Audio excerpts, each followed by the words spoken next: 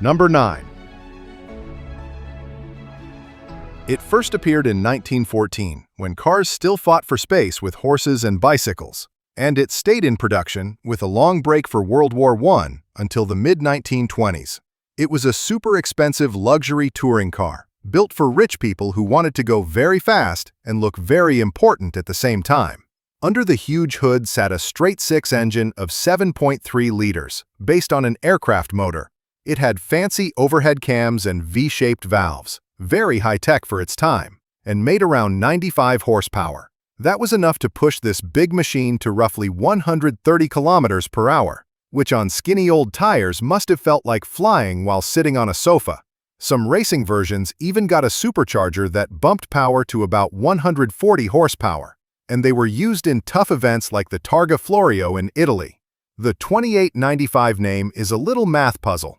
The first number is the tax horsepower the government used to calculate fees, and the second number is the real horsepower. Only a few hundred of these cars were made, and many had custom bodies, so each one was a bit different, like a handmade suit. Number 8. It first appeared in 1925 as the new Phantom, replacing the famous Silver Ghost, and was built in England and in America until the early 1930s.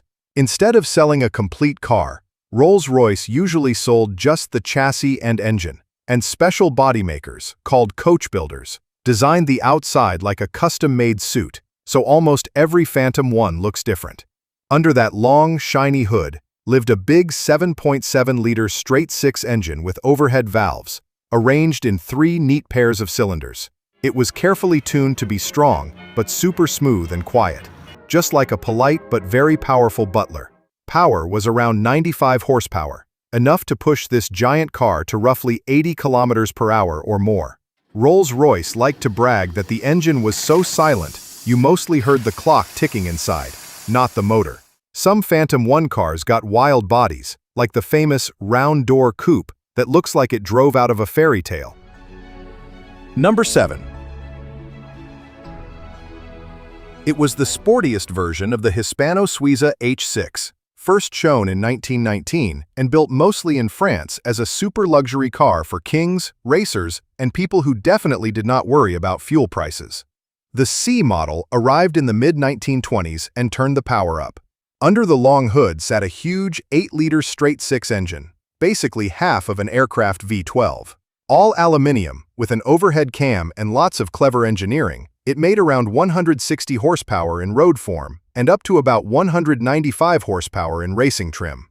Hispano-Suiza and its customers built wild special versions. The most famous is André Dubonet's H6C tulipwood Targa Florio racer, with a super light wooden body made from thin strips of mahogany riveted to an aluminium frame. It looked like a speedboat on wheels and finished the brutal race without falling apart. Then he simply drove it home. There were also short-wheelbase Monza cars that were basically very fast toys for grown-ups. Number 6. It was launched in 1930 as the biggest, grandest Bentley of its time, and it was the last car designed by company founder W.O. Bentley before the company ran out of money and was taken over by Rolls-Royce. Built from 1930 to 1932, only about 100 were made, so it was rare even when it was brand new. Buyers didn't get a full car at first, just the chassis and engine. Then they paid special coach builders to design the body. Under the long hood lived the star of the show, a huge 8-liter straight-six engine with 1 overhead cam and 4 valves per cylinder, making up to 220 horsepower. The 8-liter could cruise from walking speed to over 100 miles per hour in top gear, smooth and lazy, without needing to shift much. The car arrived right as the Great Depression hit. So many people suddenly couldn't afford such a giant luxury toy, and that helped push Bentley into financial trouble. Number 5. It came out around 1911 and stayed in production into the late 1920s. And for many years, it was basically the main Locomobile model, sometimes nicknamed the American Mercedes because it was so classy and well-built. Locomobile didn't build cheap cars. They built dream cars for rich businessmen, famous families like the Vanderbilts, and anyone whose wallet was much fatter than ours.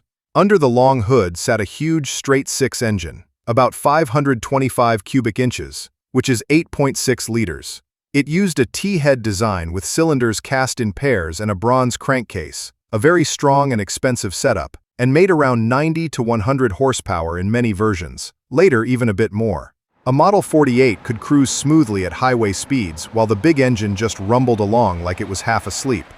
The price was around $10,000, when a Ford Model T cost about $300.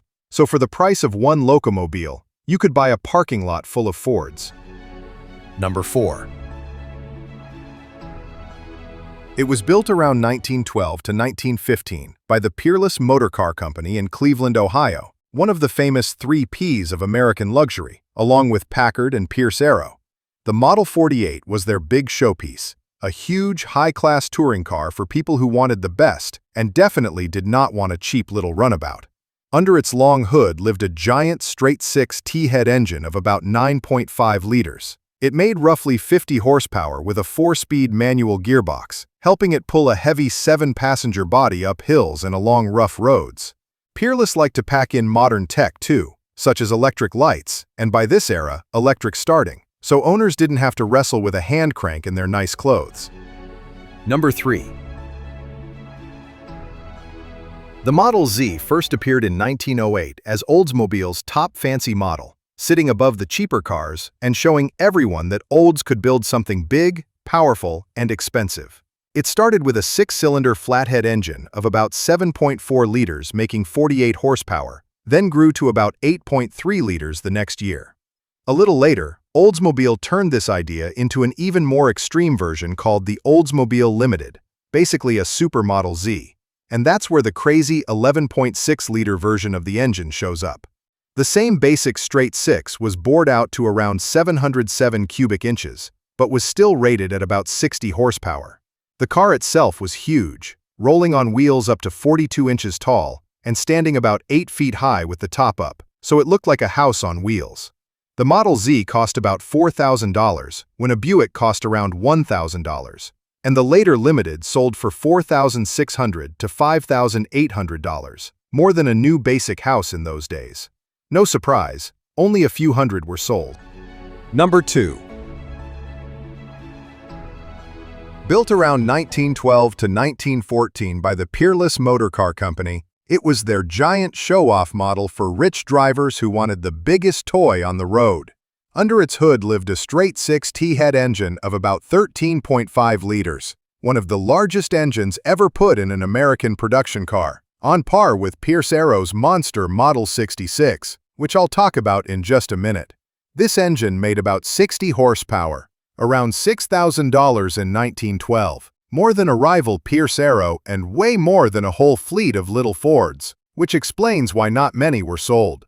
The huge six used paired cylinders, giant valves, and a central carburetor on long brass pipes, so when it ran, it looked and sounded like a piece of Victorian steam machinery that escaped the factory. Number 1. Built from about 1910 to 1918 by Pierce Arrow in Buffalo, New York, it was the top model from a company already famous for super fancy luxury cars. The 66 in its name came from its advertised horsepower, but the real headline was the engine, a gigantic 13.5-liter straight-six using a T-head layout and a 4-speed manual gearbox. Even though it only made around 60 to 66 horsepower, it had huge torque, so the car could pull smoothly like a freight train and cruise at real highway speeds, which was wild for the time. The Model 66 is widely credited with having the largest engine ever put in a production car, even today. It was also super expensive. Only about 1,250 were built, and now only around 14 are known to survive, which makes each one rarer than a winning lottery ticket.